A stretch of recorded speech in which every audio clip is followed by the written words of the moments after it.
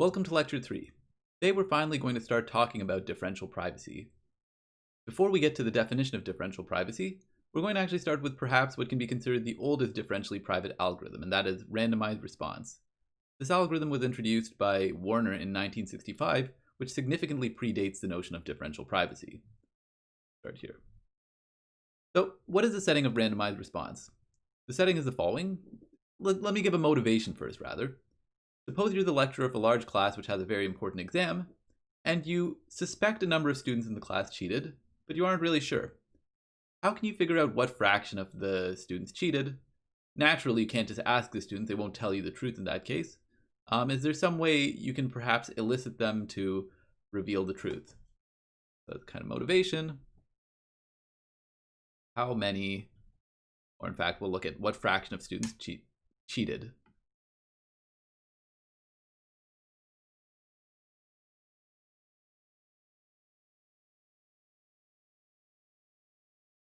So let's be a bit more precise.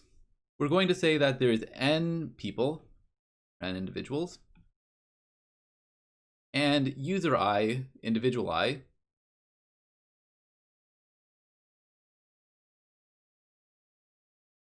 has a bit xi, which is in 0, 1.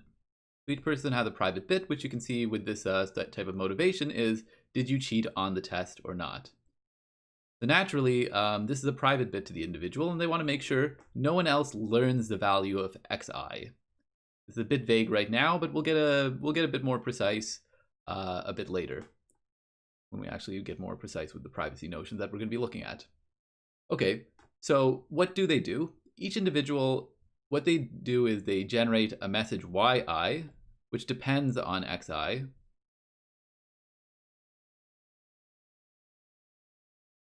As well as potentially some randomness that the individual can generate. So what they can do is they generate a yi, some message, and then they send yi to the analyst.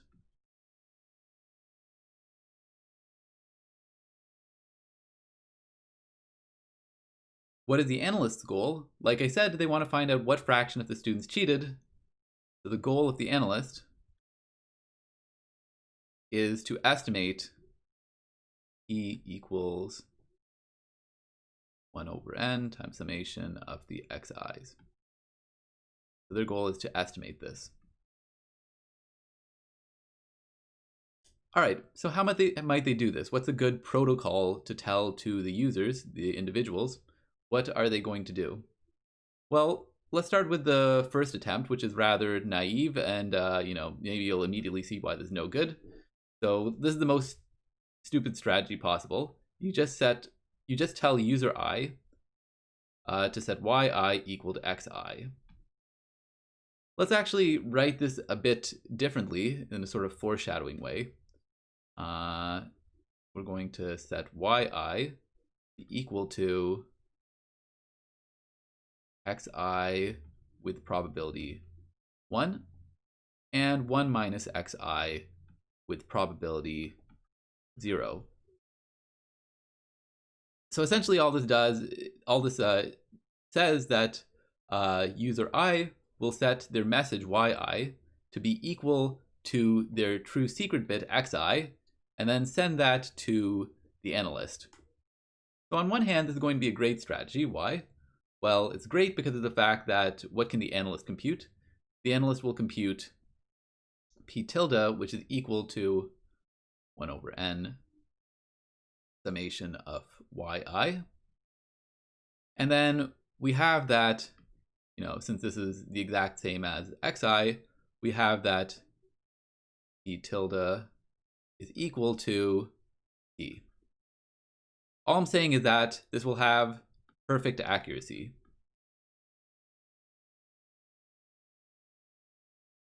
So that's great, it's very accurate, but of course maybe you can clearly see the downside of this. The fact is that individual I will send their secret bit directly to the analyst, and therefore they will have no privacy in terms of what their secret bit is. So we'll just say that there's no privacy. So this didn't really work. It was accurate. It was good in terms of providing the analyst with an estimate of what the parameter is, but it wasn't actually private. So let's consider a different strategy, something which might do a bit better than that. Well, let's say attempt 2. Let's consider the alternate strategy where now, let's suppose the individual I is instructed to do something different.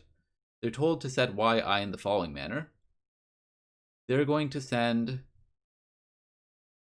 xi with probability 1/2, and they send 1 minus xi with probability 1/2. In other words, what they do this time is they'll either send the message yi, which is equal to their bit with probability 1/2, but just to potentially confuse the analyst or the adversary, they'll flip it half the time. So in fact, in this case, yi is perfectly private.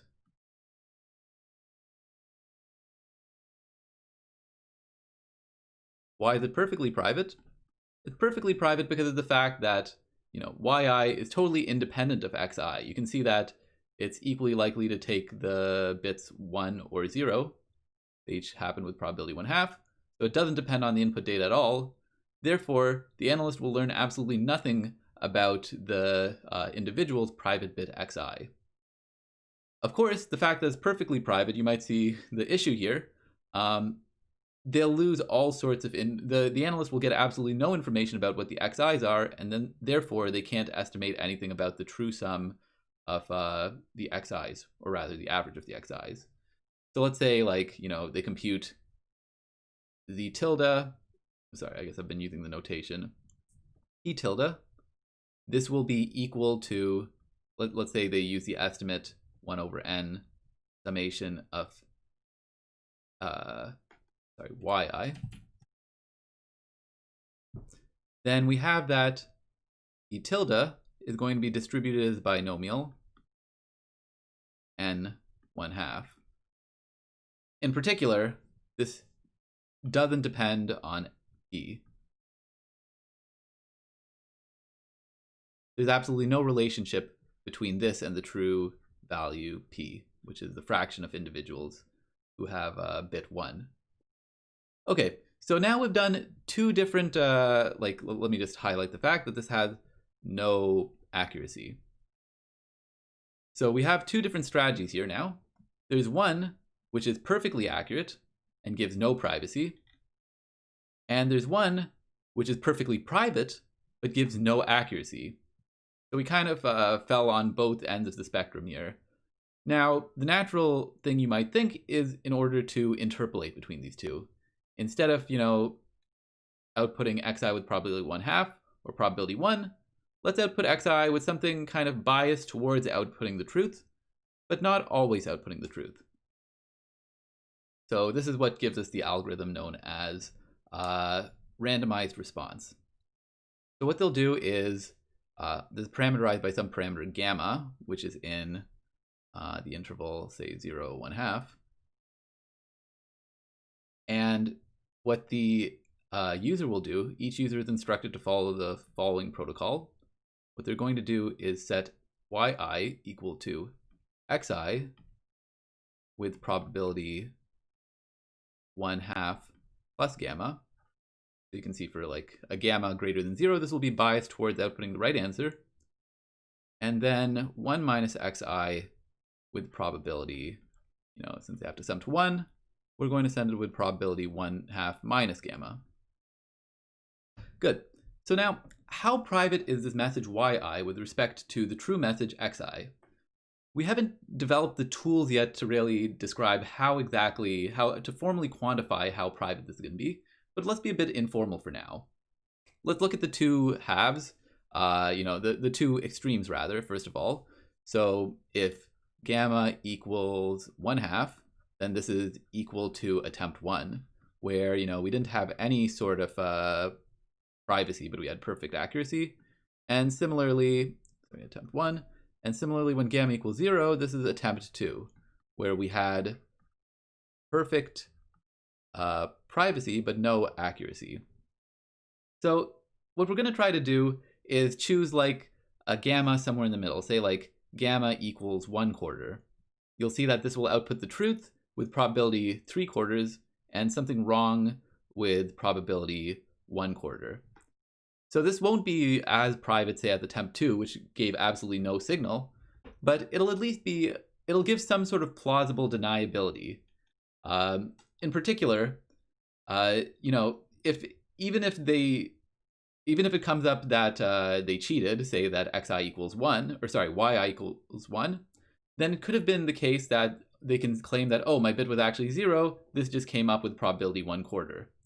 So they have some sort of plausible deniability, in other words, which we can sort of see as synonymous with the notion of privacy. We'll get a bit more precise a bit later, but just let's stick with this for now. And essentially, how deniable their response is corresponds to the level of privacy they enjoy. In particular, you can see that, you know, if you set it to gamma equals 0, this is sort of the highest level of privacy because they have the most deniability. Okay, let's put the idea of privacy aside for now, and let's talk a bit about how we actually analyze this. So again, this is the random variable, yi is going to be what the analyst gets. And based on these yi's, we're going to want to reconstruct the average of the xi's if we're the analyst. Let's do a bit of, let's see some properties of this yi. Let's move on to the analysis. So first thing we can say is that let's compute a very standard type of analysis we're going to do in this type of setting is computing the expectation and the variance of a random variable. So what is the expectation of yi? Well, we see that, you know, it takes, with probability 1/2 plus gamma, is going to take value xi. And then with probability 1/2 minus gamma, it'll take value 1 minus xi. And if you do the algebra and work this out, then you can see that this actually simplifies to something convenient like, well, not super convenient, but it's not too bad. 2 gamma xi plus 1/2 minus gamma. And you can just work through this yourself. It's not too hard to see where this comes from. You can see this 1/2 minus gamma multiplies the 1, and that's what creates this. We have these two gammas that multiply xi, and these 1/2 times xi, they cancel out because they have opposite signs. So okay, that's the expectation of yi. But remember, what we're trying to do is estimate the sum of the xi's, or the average of the xi's. So let's rearrange this a bit. In particular, let's see if we can move things around and get something which is an unbiased estimator for xi. So in particular, what if we just move this 1/2 minus gamma over to the other side and then rescale by 2 gamma? That'll sort of make it equal to xi. So let's write that out. So suppose we have yi minus 1/2 plus gamma, moving those things to the other side. And we take the whole thing divided by 1/2 gamma. And then if we take the expectation of this, then just look by the previous derivation that we just did, this expectation will be xi. Good. In other words, given a yi, there's some natural and easy function of it that we can compute, which gives us an unbiased estimator for xi. So remember, we're trying to compute the average of the xi's, or estimate the average of the xi's. So this gives us the following natural estimator for the quantity that we're concerned with. So we're going to let E tilde be equal to an average of these functions. Remember, this is just in terms of yi. We want to average that over all of the xi's, so just 1/n summation of that quantity there.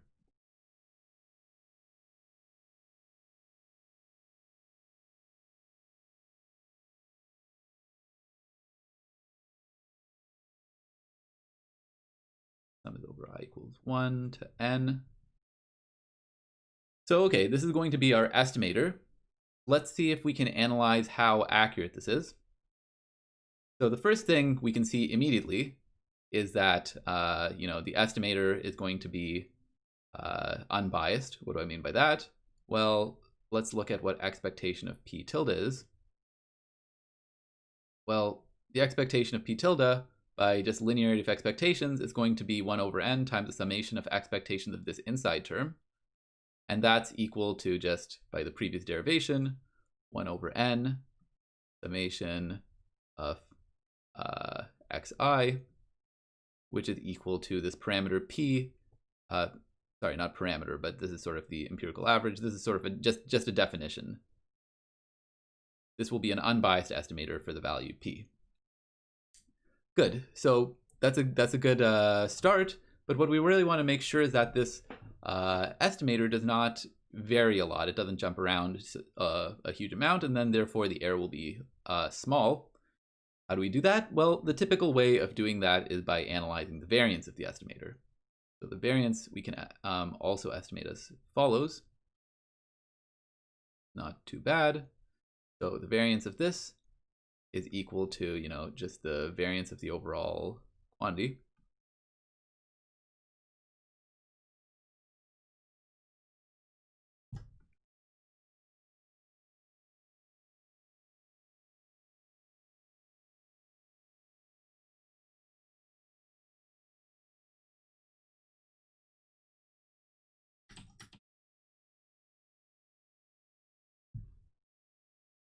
And how do we analyze the variance of this quantity? Well, one convenient thing is the fact that we know if we pull out this constant here, 1 over n, then pulling out the variance will square it. We can pull summations out for independent terms. Again, we pull out this, which will square it. So let me simplify this a bit using those things I just said. This will become 1 over 4 gamma squared n squared summation, terrible summation,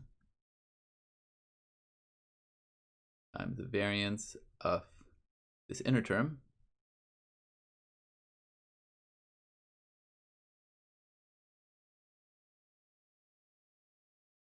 Now, the last thing to observe here is that these two terms here are deterministic. They're not random variables.